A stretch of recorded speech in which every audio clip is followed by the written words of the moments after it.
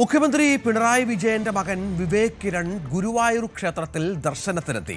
ദൃശ്യങ്ങൾ പകർത്തിയ പ്രാദേശിക മാധ്യമ പ്രവർത്തകൻ രാജുവിന് മർദ്ദനമേറ്റു. മറ്റ് മാധ്യമ പ്രവർത്തകരോട് ദൃശ്യങ്ങൾ ഡിലീറ്റ് ചെയ്യാൻ ആവശ്യപ്പെട്ടു. ഗുരുവായൂർ ദേവസ്വം സെക്യൂരിറ്റി ജീവനക്കാരാണ് മാധ്യമ പ്രവർത്തകനെ മർദ്ദിച്ചതും ദൃശ്യങ്ങൾ ഡിലീറ്റ് ചെയ്യിപ്പിച്ചതും എന്നാണിപ്പോൾ വിവരങ്ങൾ പുറത്തുവരുന്നത്. ക്ഷേത്രത്തിലുണ്ടായിരുന്ന ചിലർ മൊബൈലിൽ ദൃശ്യങ്ങൾ പകർത്തിയപ്പോൾ അവരോടും അത് ഡിലീറ്റ് ചെയ്യാൻ ആവശ്യപ്പെട്ടു എന്നാണ് മനസ്സിലാകുന്നത്. വിവേകിന്റെ കൂടെ ഉണ്ടായിരുന്നവർ ഇക്കാര്യം ആവശ്യപ്പെട്ടു എന്നാണ് സൂചന. ഏതായാലും ആജ്ഞ രവീന്ദ്രൻ വിവരങ്ങൾ പങ്കുവെക്കും. ഇന്നലെ രാത്രിയാണ് അദ്ദേഹം വിവേക് കിരൺ ഗുരുവായൂർ ക്ഷേത്രത്തിലെത്തിയത്. സ്വാഭാവികമായ ഒരു സംശയം ഉണ്ടാകാം, എന്തുകൊണ്ട് പിണറായി വിജയന്റെ മകന് ഗുരുവായൂർ ക്ഷേത്രത്തിൽ എത്തിക്കൂടാ? അവിടെ അങ്ങനെ ആർക്കും വിലക്കൊന്നുമില്ല, വിശ്വാസികളായ ആർക്കും വരാം. പക്ഷേ ഈ വാർത്ത അത് പുറത്തു വന്നത്, അല്ലെങ്കിൽ അതിന് ചിത്രങ്ങൾ പുറത്തു വന്നത് എന്തെങ്കിലും തരത്തിലുള്ള പ്രശ്നങ്ങൾ, പ്രത്യേകിച്ച് നമുക്കറിയാം വിശ്വാസികൾ അല്ലാത്ത ആളുകൾ, CPM കമ്മ്യൂണിസ്റ്റുകാർ എന്ന് പറഞ്ഞാൽ വിശ്വാസികളല്ല എന്ന് പൊതുവേ ഒരു വ്യാഖ്യാനമുണ്ടല്ലോ, അത് തകരുമോ എന്ന തരത്തിൽ. നമുക്ക് നേരത്തെ കോടിയേരി ബാലകൃഷ്ണന്റെ കുടുംബമൊക്കെ പൂമൂടൽ ചടങ്ങുമായി ബന്ധപ്പെട്ട് വിവാദത്തിലൊക്കെ പെട്ട ആളുകളാണ്. പക്ഷേ ഇത് കുറച്ചുകൂടി ഗൗരവതരമായ കാര്യമാണെന്ന രീതിയിലാണ് പാർട്ടി കണ്ടിരിക്കുന്നത് എന്ന് വേണം മനസ്സിലാക്കാൻ. അതുകൊണ്ടായിരിക്കാം മാധ്യമപ്രവർത്തകനെ അടക്കം മർദ്ദിക്കുന്ന തരത്തിലേക്ക് കാര്യങ്ങൾ പോയത്. ആജ്ഞ രവീന്ദ്രൻ ഏറ്റവും പുതിയ വിവരങ്ങളുമായി ചേരുകയാണ്. ആജ്ഞ, നമുക്ക് ദൃശ്യങ്ങളിൽ വളരെ വ്യക്തമായി കാണാം വിവേക് കിരൺ ഒപ്പം കുറേ കുടുംബാംഗങ്ങളുണ്ട്, സന്തത സഹചാരികളുണ്ട്, ഗുരുവായൂർ ക്ഷേത്രത്തിലെ ജീവനക്കാരടക്കം കൂടെ ഉണ്ട് എന്നാണ് മനസ്സിലാകുന്നത്. എന്താണ് യഥാർത്ഥത്തിൽ അവിടെ സംഭവിച്ചത് ഇന്നലെ?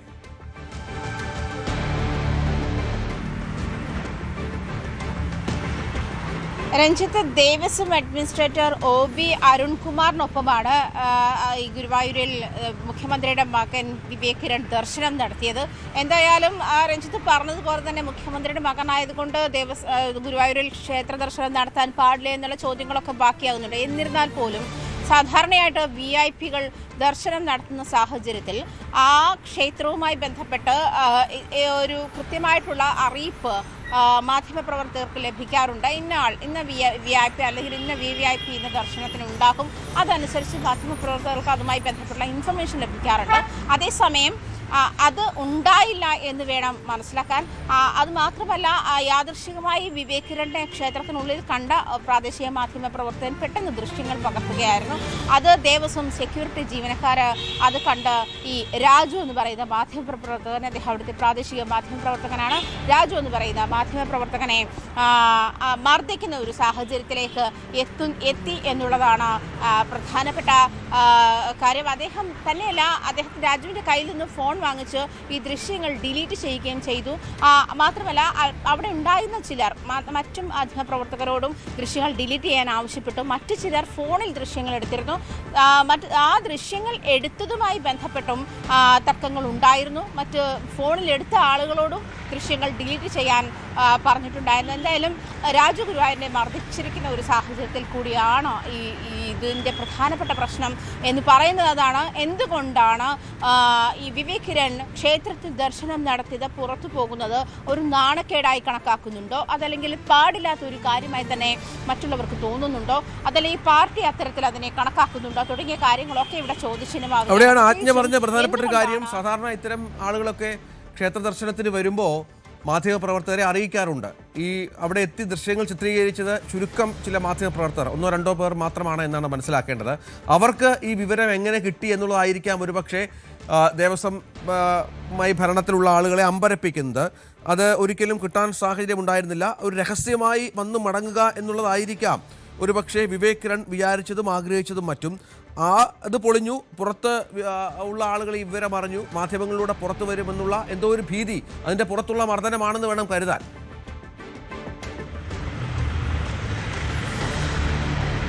തീർച്ചയായിട്ടും രഞ്ജിത്ത്, 2 കാര്യങ്ങളുണ്ട് ഇവിടെ. പ്രധാനമായിട്ടും വിവേക് കിരൺ എന്ന് പറയുന്ന വ്യക്തിക്ക് ക്ഷേത്രത്തിൽ ഏത് സമയത്തും ദർശനം നടത്താം എന്നുള്ള കാര്യമുണ്ട്. അതേസമയം അദ്ദേഹം മുഖ്യമന്ത്രിയുടെ മകനാണ്. അങ്ങനെ ഇരിക്കുമ്പോൾ അദ്ദേഹത്തിന് VVIP കാറ്റഗറിയിൽ തന്നെ ആയിരിക്കണം വരേണ്ടത്. എന്തുകൊണ്ടാണ് ഇങ്ങനെയുള്ള കാറ്റഗറിയിൽ വന്ന ഒരാളെ അദ്ദേഹം ദർശനം നടത്തുന്നു എന്നുള്ള കാര്യം മാധ്യമപ്രവർത്തകരെ അറിയിക്കാഞ്ഞത് എന്നുള്ളൊരു ചോദ്യമുണ്ട്. അത് രഞ്ജിത്ത് സൂചിപ്പിച്ചതുപോലെ വിവേക് ഒരു പേഴ്സണൽ സന്ദർശനം എന്നുള്ള നിലയിൽ അതിനെ രഹസ്യമായി വെക്കാൻ, അല്ലെങ്കിൽ അതിനെ സ്വകാര്യമായി പരസ്യമായി വെക്കാനോ ആഗ്രഹിച്ചിരുന്നിരിക്കാം. അങ്ങനെയുള്ളപ്പോഴും ഒരു മാധ്യമപ്രവർത്തകൻ അതിൻ്റെ ദൃശ്യങ്ങൾ ഷൂട്ട് ചെയ്യുന്ന സാഹചര്യത്തിൽ സെക്യൂരിറ്റി ജീവനക്കാർ അദ്ദേഹത്തെ പിടിച്ചു തള്ളുകയും അദ്ദേഹത്തെ മർദ്ദിക്കുകയും ഈ ദൃശ്യങ്ങൾ ഡിലീറ്റ് ചെയ്യുകയും ചെയ്യുന്ന ഒരു സാഹചര്യത്തിലേക്ക് പോയത് എന്തുകൊണ്ടാണ്? അത് മാത്രമല്ല, വിവേകിൻ്റെ ഒപ്പം ഉണ്ടായിരുന്ന ആളുകളാണ് ദൃശ്യങ്ങൾ ഫോണിൽ പകർത്തിയ മറ്റുള്ളവരോട് ദൃശ്യങ്ങൾ ഡിലീറ്റ് ചെയ്യാൻ ആവശ്യപ്പെട്ടത്. അങ്ങനെ ഒരു സാഹചര്യത്തിൽ ഇത്ര വലിയ അല്ലെങ്കിൽ ഇത്ര രഹസ്യ സ്വഭാവം ഇതിൽ സൂക്ഷിക്കേണ്ടുന്ന സാഹചര്യം എന്താണ് എന്നുള്ള ചോദ്യമാണ് ഒന്നാമത്തത്.